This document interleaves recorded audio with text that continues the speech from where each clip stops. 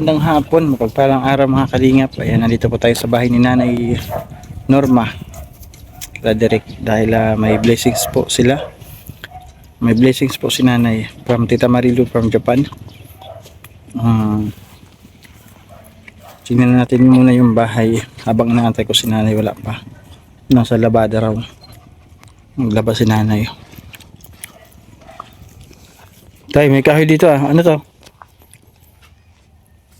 Nasa kuno ko, sabi pa kasi lugdag. Ha? Ibuon pala si lugdag yan. Tinakpan niya na ba kapag malasing si Derek? Malaglag. Wala. Sa gabi ay, Lalim na tayo. sa gabi, mas maglugdag yan. Lalim na ng butas oh, pero kukunti pa rin ng tubig. Ano pwede ko ito Meron po ako tinanggal na bakod, yung cyclone wire ko, ibibigay ko kay tatay para mabakuran niya po dito hanggang doon. Paikot ng bahay niya, sabi niya para di makapasok daw yung aso. Dito sa kabila kasi may pader. Dito tayo, mababakuran mo pa? May pader kasi, ayun. Doon sa likod, pwede pa. Ganda pa rin ng bahay nila tatay oh. Ano na, Nanay Norma, ang ganda oh.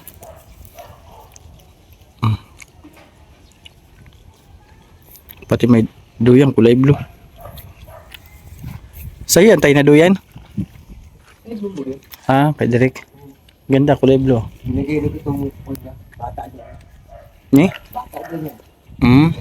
May jowa, bigay ni Jowa, Derek? Derek, dito ka nga, may tatanong ako sa'yo.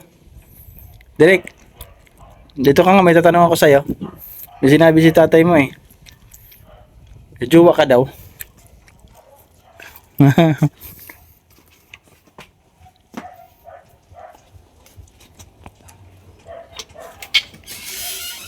Okay natin siya. May sinasabi si papa mo ah.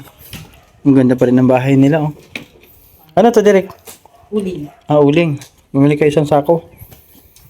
May jowa ka daw? Ha? Meron na nagbigay sa'yo duyan ha, jowa mo.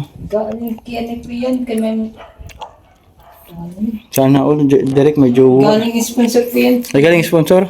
May saksakan sila dito. Dito TV nila. Ano, Derek? Kamusta? Pero, Ha? Pwede makita kwarto mo? Ay, hindi. Titingnan natin. Walang hiya-hiya. Ito si Derek. marunong na yan. Hindi. Ano pa? Ito po. Tinanggal ko sa cover, no? Ito po yung... okay naman. Kwarto ni Derek. Oh. Safe na siya dito. Ang solo niya yung kwarto. At ang... At yun na ang dami ni Derek pabango. Oh. Pampa beauty. Ha? Pampa beauty. Ganda, Derek ka, oh. Ang dami ng ano, ah. Linisin ko pa yan eh. Ha? Linisin ko pa yan. At dito naman tayo sa kwarto nila tatay. Ganun pa rin, kwarto pa rin. Ano po, kwarto ko eh. Huwag mo na linisin, nakita ko na.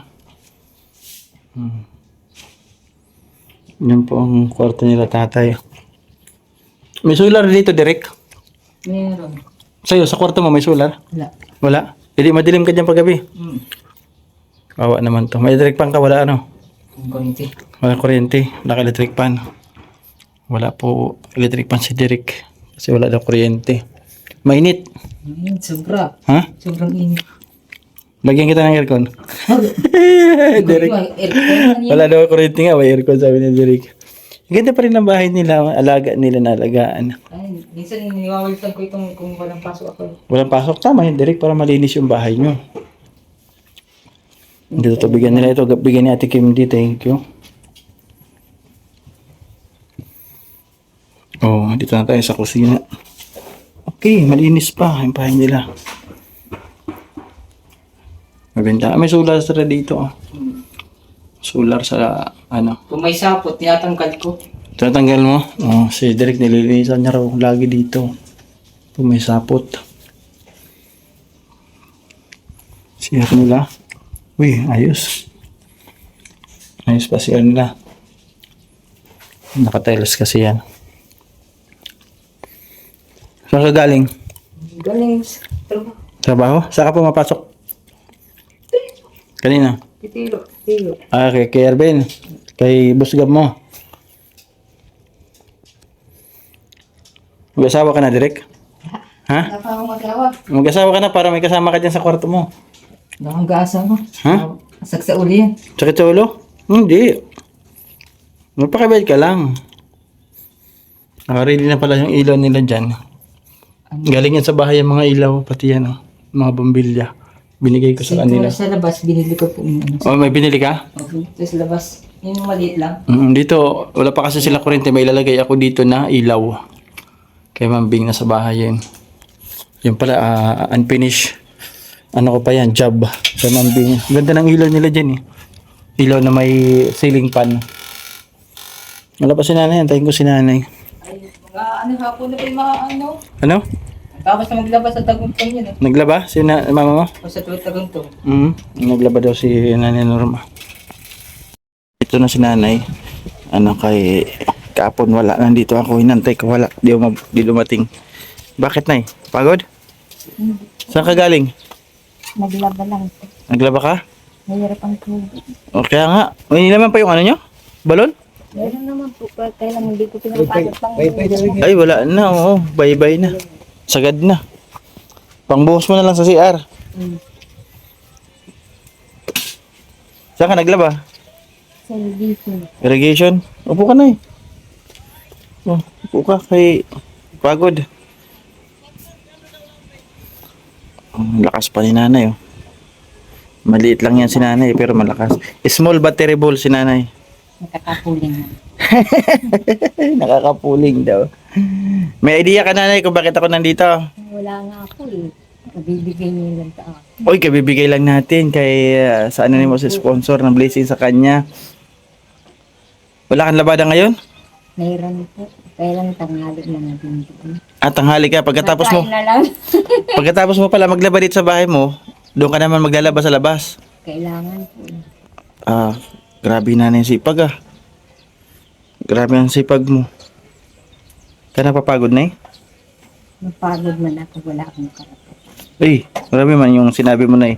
Napagod na walang karapatan. Bakit tani walang karapatan? Lahat ng tao napapagod. Pag nagtigil na po, nagtigil na din ang kain. Ganun ba yun? Pag nagtigil daw, tigil na yung kain. Mahirap kasi kay nanay dahil nagpapadyak ka pa. Ilang oras yung pinapadyak mo papunta doon? Isang oras. Layo. Tapos kasagsagan pa ng init. Tapos Lagi naman po ako nakapayong. lagi nakapayong kahit na tapos kalsada. 'Di ba nakikita kita minsan sa gitna ng kalsada. Ingat lang kay masagi. Daming sasakyan. Lagi kong pinagdarasan na huwag akong madisgrasya. Yun ang panlaban ni nanay. Yan ang kanyang guardian angel. Na sana lagi siyang gabayan araw-araw. Kasi mahirap nanay kung paano kung madisgrasya, di lang na sa pag-ano ha. Kung madisgrasya kayo, 'di ba? Hanggang sa pagkain na lang yung kinikita nyo. Kung madisgrasya pa, 'di ba? Ang ospital sa gamot, wag naman sana. Wag naman sana kasi nga si nanay is lagi naman nang Yan lang po ako nagdadasal. maasa kay Lord. Ha? Sa taas lang po ako maasa talaga. Sa taas ka lang umaasa. Kaya nga nanay, gabayan sana kayo lagi ni Lord araw-araw, 'di ba? Thank you po. Ayun po si nanay pinapaiyak ko ngayon para di ko pa rin nakikita si nanay na umiyak. Naabot talaga kung hiya kanina pagdag. Bakit? Huwag kayo mahiya nanay. Grabe ito si nanay, kabait. Dapat nahihiya. Siyempre po kahit pa naman maghanap buhay. Doon ko pa sana ito iabot nanay, yung house blessings. Kaya lang, pagtingin ko, busy ako. Pagtingin ko, wala na kayo. 'Di ba? At nahawa ko sa inyo kasi sa edad nyo na yan, 60. Mahigit, ilang taon kaya? 60 years? 65? 63 years old na si nanay. Sa kalsada pa, naghanap buhay. 'Di ba? Papadyak pa yan. Grabe yung mga ganong ina. 'Di ba? Sakripisyo talaga para sa pamilya. Naiintindihan ko si nanay kasi ganun nung aking nanay. Ang akin naman naging nanay ko is katulong. Binuhay kami sa Samar at nagpakahirap para mabuhay yung mga anak. Una din po, ganyan din po ako. Kaya lang, sabi ko, wala na akong katahimikan po. Naging katulong din kayo dati. Kampo. Ayoko ng buwanan. Ang hirap.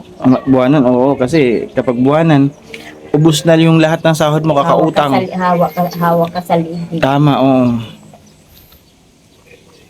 Pero ingat pa rin nanay, kasi sa edad nyo na yan, dapat is dinagaano yan sa trabaho. 63, tapos dadayo pa sa mga ibang bayan, sa ibang lugar, para lang po maglabada. Tapos ang kinikita ni nanay is mataas na yung 500 isang araw. Grabe ang sakripisyo na ito nanay, ano. Dinadaan ko na lang sa kain. Na? Sa kain. Ayun na, matawa natin. Dinadaan na lang ni nanay sa kain. Bakit malakas ka kumain ngayon? Mahilig. Mahilig ka kumain. Ay, salamat nanay doon sa pagpunta doon sa House Blessings. Ano, di ako nakapagpasalamat. At napaunlakan mo ako doon sa pagpunta doon sa... Maganda ba yung bahay ng kaibigan mo? Ay, po. Nanay Carmen? Ang ganda, no? Parehas kayo magandang bahay, siminto. Kapag may bagyo, hindi kayo mangangamba. 'Di ba? Pag malakas nga sabi ko, Diyos ko, salamat po sa binigay mong bahay. Ito. Nung dati, nilipad ang bubong nyo. Ay, noon po nagdarasal ako lagi na pag dumaan ang bagyo, sukluban ng bahay namin ni Lord. Ni Lord, para hindi tangayin yung mga bubungan. Ay, grabe. Kaya lang siguro dasal ni yun nanay. ang paraan para magkabahay. Ako talagang amin. Oo, yung dumaan sa inyo na bagyo is hindi perwisyo. Blessings.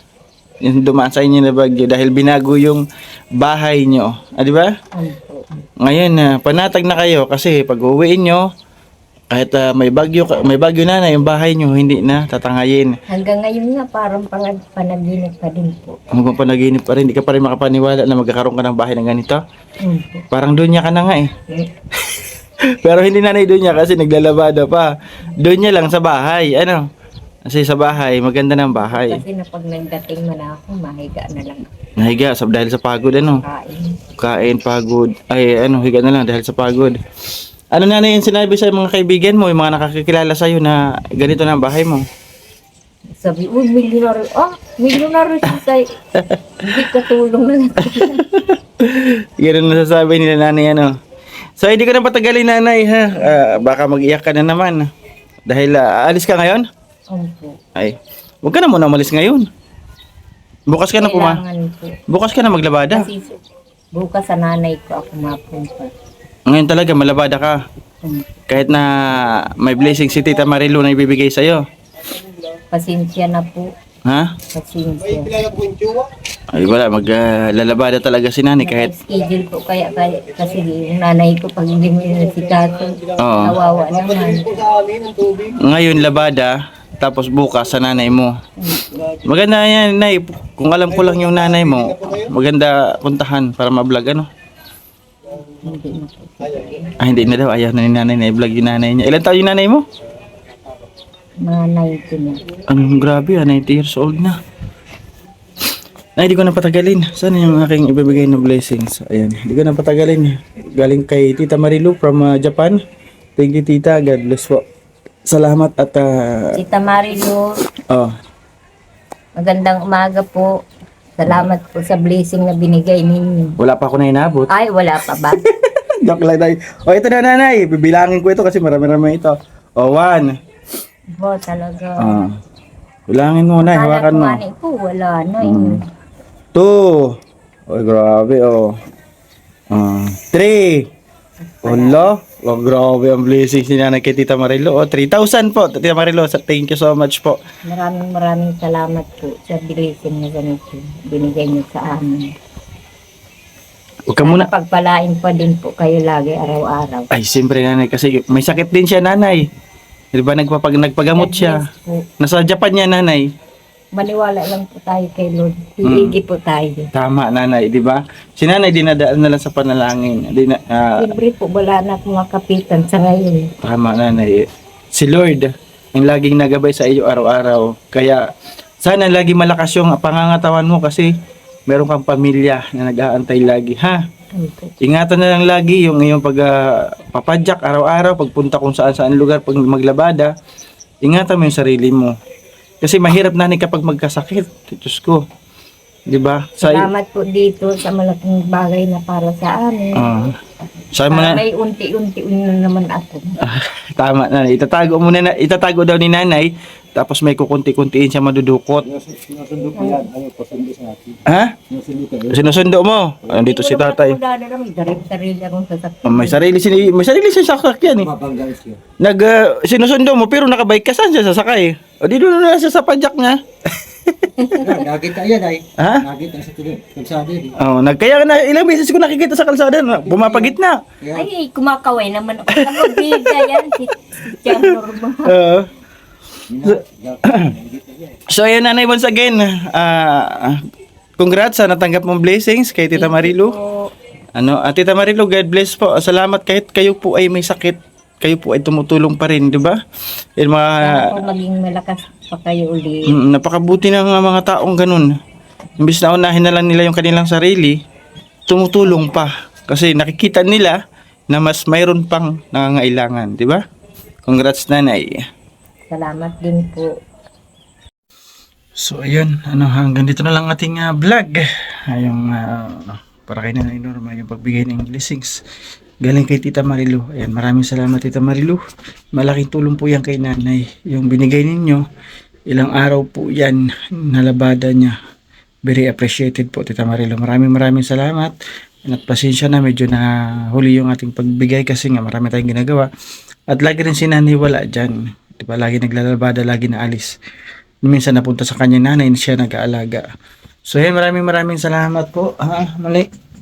Thank you sa mga sponsor po ating vlog today. Tita Marilu from Japan, thank you so much. God bless. More blessings. And Git Wilson, ingat po palagi. And thank you rin po ni Nang Milinki, Ate Kimdi, Ate Mariam Alham, kay Tita Bay, kay Tita C, maraming salamat po. Kay Ma'am Kali Pinay, thank you so much. Kay Sir Bobby B, ayan. Kay Tita Sasha, maraming salamat. Sa ating lahat ng sponsor na patuloy po nandiyan nagtitiwala. Maraming salamat po sa inyo. God bless. Hindi ko na kayo maisa-isa, basta kayong lahat po ha.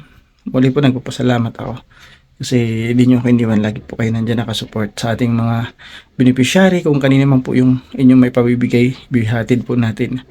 Ay mambing pala, maraming salamat Git Wilson. Ayan, maraming salamat mga Kalingap. Bye-bye. Ay, pasupport pala. Kaya balatin na vlogs yung Kalingap Rob. Bye-bye. God bless. Ingat po lahat.